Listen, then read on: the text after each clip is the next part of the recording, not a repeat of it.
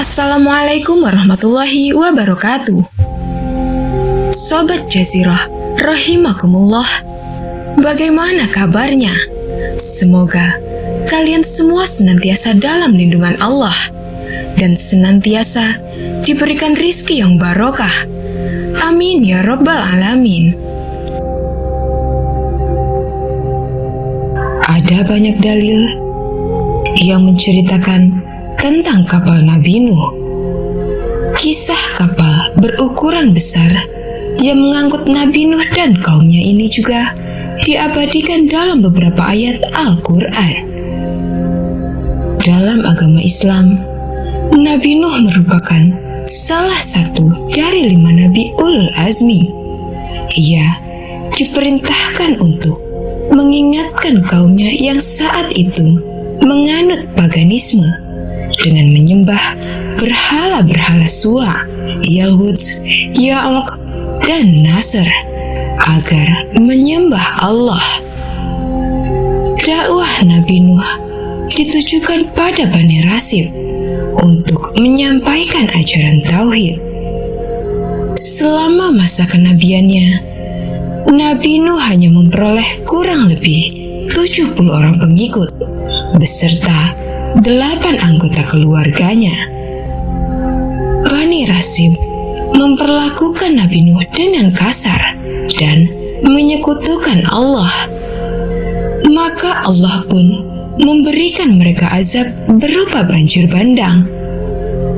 Namun, Nabi Nuh dan pengikutnya selamat karena menuruti perintah Allah untuk membuat dan menaiki kapal. Berikut adalah rangkuman 5 fakta tentang kapal Nabi Nuh yang tercatat dalam Al-Quran dan hadis. Yang pertama, dibuat atas perintah Allah. Di dalam Al-Quran surah Hud ayat 36 hingga 39 disebutkan bahwa Allah menghibur Nabi Nuh yang telah mengalami makian, cibiran, dan perlakuan kasar dari Bani Rasib dengan menurunkan perintah agar ia dan kaumnya dapat selamat atas izin Allah. Diwahyukan oleh Allah kepada Nuh, ketahuilah bahwa tidak akan beriman di antara kaummu kecuali orang yang benar-benar telah beriman. Maka janganlah engkau bersedih atas apa yang selalu mereka perbuat. Buatlah bahtera dengan pengawasan dan petunjuk wahyu kami, dan janganlah engkau bicarakan lagi denganku tentang nasib orang-orang yang zalim. Sesungguhnya mereka itu akan ditenggelamkan. Mulailah dia, Nuh, membuat bahtera itu. Setiap kali para pemuka kaumnya berjalan melewatinya, mereka mengejeknya. Dia, Nuh, berkata, "Jika kamu mengejek kami, sesungguhnya kami pun akan mengejekmu sebagaimana kamu mengejek kami. Maka kelak kamu mengetahui siapa di antara kita yang akan ditimpa azab yang menghinakan, dan siapa pula yang akan ditimpa azab yang kekal." Kedua, terbuat dari papan dan pasak. Bahtera penyelamatan Nabi Nuh tidak memiliki nama khusus, tetapi disebut sebagai safina, kata yang lazim untuk perahu. Hal tersebut tercantum dalam Al-Quran surah Al-Qamar ayat 13 yang artinya, "Kami mengangkut dia Nuh ke atas kapal yang terbuat dari papan dan pasak yang berlayar dengan pengawasan kami sebagai balasan kebaikan bagi orang yang telah diingkari kaumnya." Tidak ada penjelasan lain dalam Al-Quran terhadap rincian pembuatan bahtera tersebut dan bagaimana rupanya. Meskipun Abdullah bin Abbas, salah seorang sahabat Nabi Muhammad, menuliskan bahwa tatkala Nabi Nuh merasa ragu-ragu pada bentuk bahtera yang akan dibuatnya, Allah mewahyukan kepadanya bahwa perahu tersebut akan berbentuk seperti perut burung yang terbuat dari kayu jati. Ketiga, memuat binatang dan orang-orang yang beriman. Hal tersebut tercantum dalam Al-Quran Surah Al-Mu'minun ayat 27, yang artinya, kami wahyukan kepadanya, buatlah kapal dengan pengawasan dan petunjuk kami. Apabila perintah kami telah datang dan tungku dapur telah memancarkan air, masukkanlah ke dalam kapal itu sepasang-sepasang dari setiap jenis binatang, juga keluargamu, kecuali orang yang lebih dahulu ditetapkan akan ditimpa siksaan di antara mereka.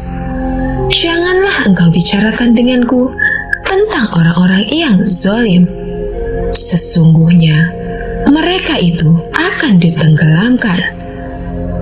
Dalam buku Bahtera Sebelum Nabi Nuh, kisah menakjubkan tentang misteri bencana banjir di zaman kuno yang disusun oleh Dr. Irving Finkel, disebutkan bahwa perahu itu mempunyai 3 lantai. Lantai dasar untuk binatang buas dan merayap, lantai kedua untuk manusia, dan lantai ketiga untuk unggas dan burung-burung. Bahtera itu mempunyai pintu yang terletak di tengah dan mempunyai daun pintu yang mengunci rapat dari atas. Di setiap ruas kayu, baik dari dalam maupun luar, dilumuri dengan tir yang berfungsi menahan air agar tidak bisa masuk.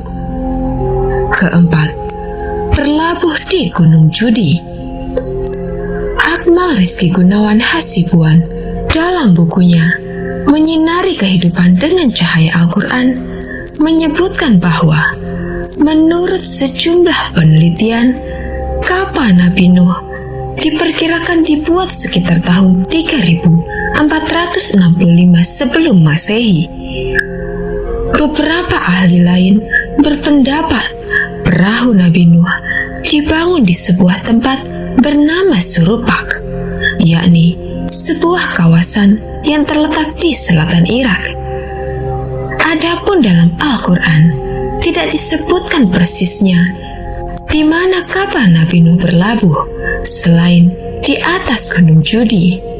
Hal ini tercantum pada surah Hud ayat 44 yang artinya, difirmankan oleh Allah, wahai bumi, telanlah airmu, dan wahai langit, berhentilah mencurahkan hujan. Air pun disurutkan, dan urusan pembinasaan para pendurhaka pun diselesaikan. Dan kapal itu pun berlabuh di atas Gunung Judi, dan dikatakan, kebinasaanlah bagi kaum yang zalim. Secara geografis, Gunung Judi terletak di Armenia sebelah selatan dan berbatasan dengan Mesopotamia.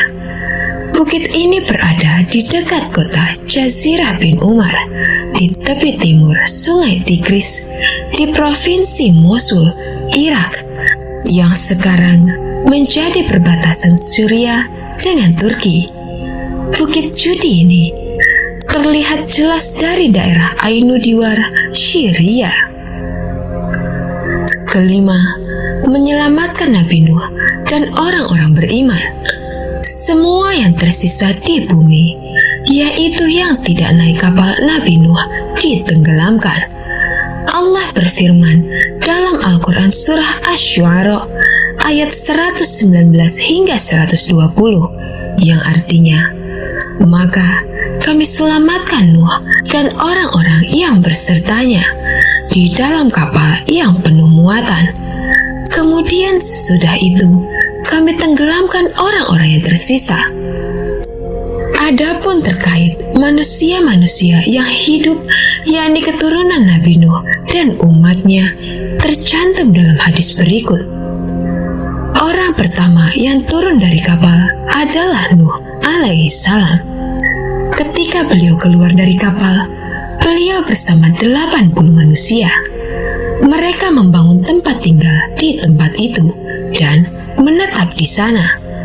Kemudian mereka tertimpa wabah penyakit, sehingga 80 orang tersebut meninggal, kecuali Nabi Nuh alaihi salam dan anaknya. Maka beliau adalah Abul Bashar, bapak seluruh manusia. Itulah deretan fakta tentang kapal Nabi Nuh alaihi salam yang tercantum dalam Al-Quran dan hadis. Semoga dapat memberikan pengetahuan dan juga manfaat bagi kita semua. Wallahu a'lam bishawab. Semoga kita semua dapat memetik hikmah dalam cerita tersebut dan juga dapat kita jadikan pelajaran untuk kehidupan kita sehari-hari. Amin ya Rabbal Alamin. Wassalamualaikum warahmatullahi wabarakatuh.